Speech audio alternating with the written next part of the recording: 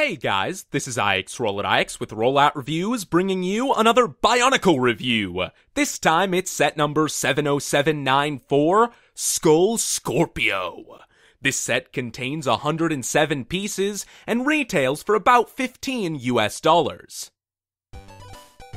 A Skull Scorpio is both a tough and sneaky adversary that will lie in wait for days, waiting for the perfect moment to spring its trap. The Scorpios usually hunt in small packs, using clever pincer moves to surround their prey. Created by Skull Grinder's dark power, the Skull Scorpios are fearless and relentless, and their stealthy, rapid movement makes them efficient fighters, as well as scouts. We'll take an in-depth look at the construction, starting with the lower assembly. The legs are comprised of spindly skeletal spines, the same parts used in Skull Warrior's bow. They're cast in soft gunmetal plastic, and unfortunately the pseudo-jointed details down their length don't actually provide any movement at all. It goes without saying that the belly section is built entirely from LEGO Technic elements, and angled pieces attach the legs themselves. Number 3's at the front, number 2's in the middle, and number 4's at the back. Obviously, all of this means that the entire assembly is one solid mass, and even past the spines, there still isn't any legitimate articulation whatsoever. Now, you can rearrange and reposition the angled connectors to achieve some moderately interesting poses, but ultimately, the lack of any proper joints down here is pretty disappointing.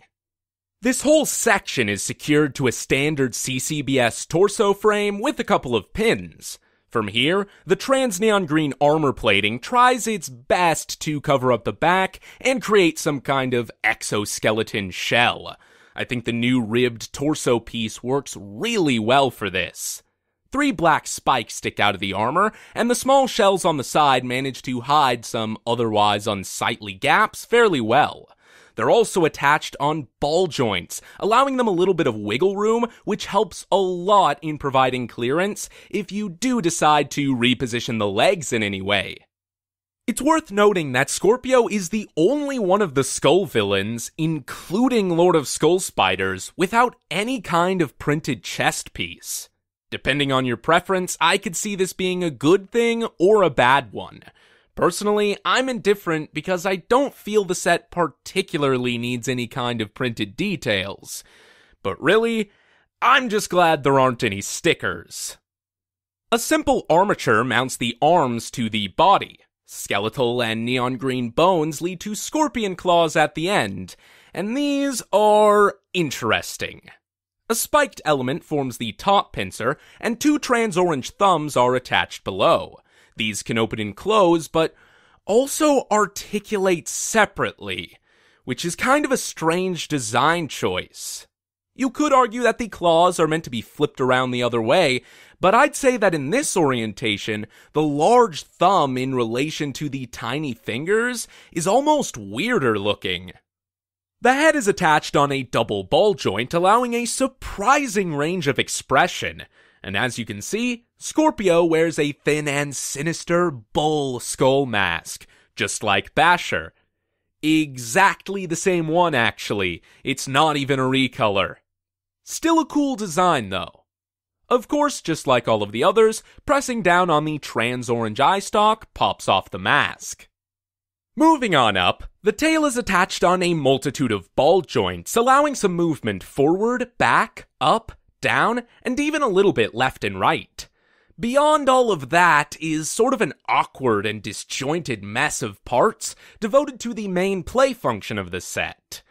The thing is, the majority of the Technic elements on Scorpio are more or less covered up or out of sight, which makes this whole assembly just look so out of place and segmented from the rest of the design.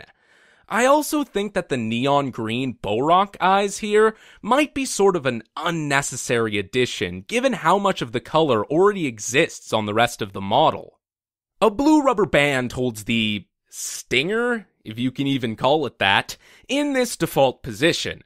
The trigger of the mechanism oddly sticks forward, and the rest of it sits so far back behind the attachment point at such a strange angle.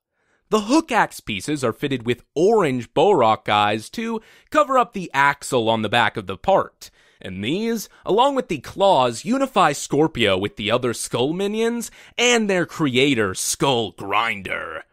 Unfortunately, the axes themselves stick out so far in the default position that they almost look like a stupid pair of wings, or maybe some kind of strange satellite dish. Granted, the only reason all of it exists this way is to properly facilitate the gimmick.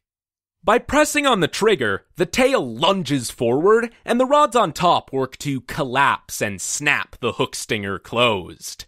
This feature is admittedly really fun, and the amount of posability at the base allows its strikes to be aimed in an array of different directions.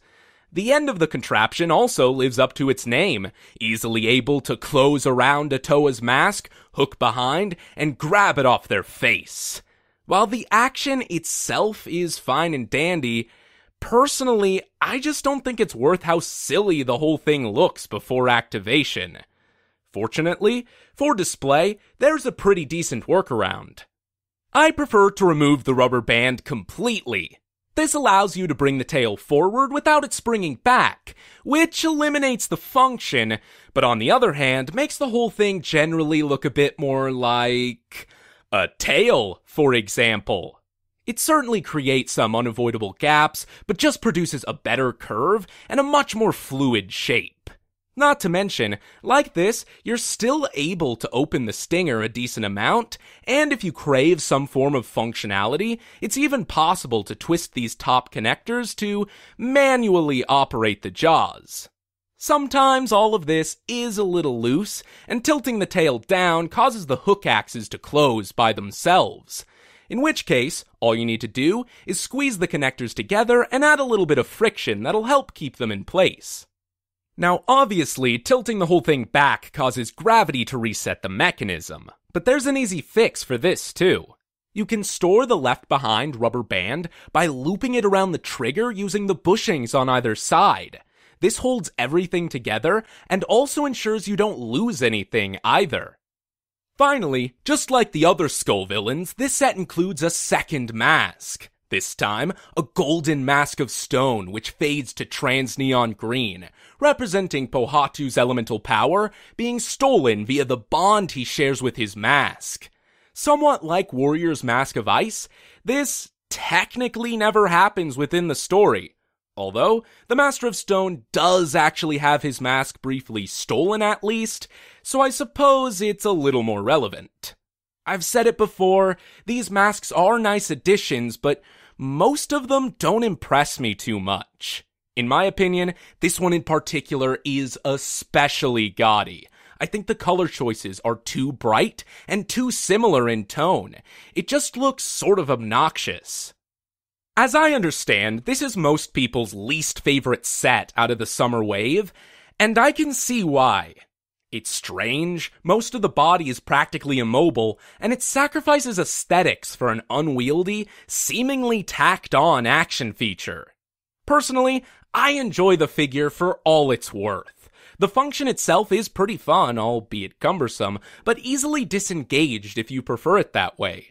The mobility in the head, arms, and tail allow for a range of motion that Lord of Skull Spiders, another non-humanoid in the line, just doesn't quite have. Lastly, with a little bit of cheating, the legs can actually be made to appear slightly more than completely static. I guess what I'm trying to say here is that I feel like Skull Scorpio is just much more expressive than some people might give him credit for. As a collector who displays my sets, my least favorite part about this one is just how much shelf space it takes up in relation to its mass. It's a little something like Nadiki or Fenrak, where Scorpio is so ridiculously wide and has such a tiny amount of surface contact that there just ends up being a whole lot of empty space below his legs. It's stupid, wasteful, and frustrating, to say the least. Unlike Skull Warrior, I probably can't recommend getting multiples, but similar to Skull Slicer, I was not expecting to like Scorpio as much as I do. If I'm honest, it surprises me and pains me to say that Skull Basher is probably my least favorite of the group. And on that bombshell, this is IX Roll It IX, signing off.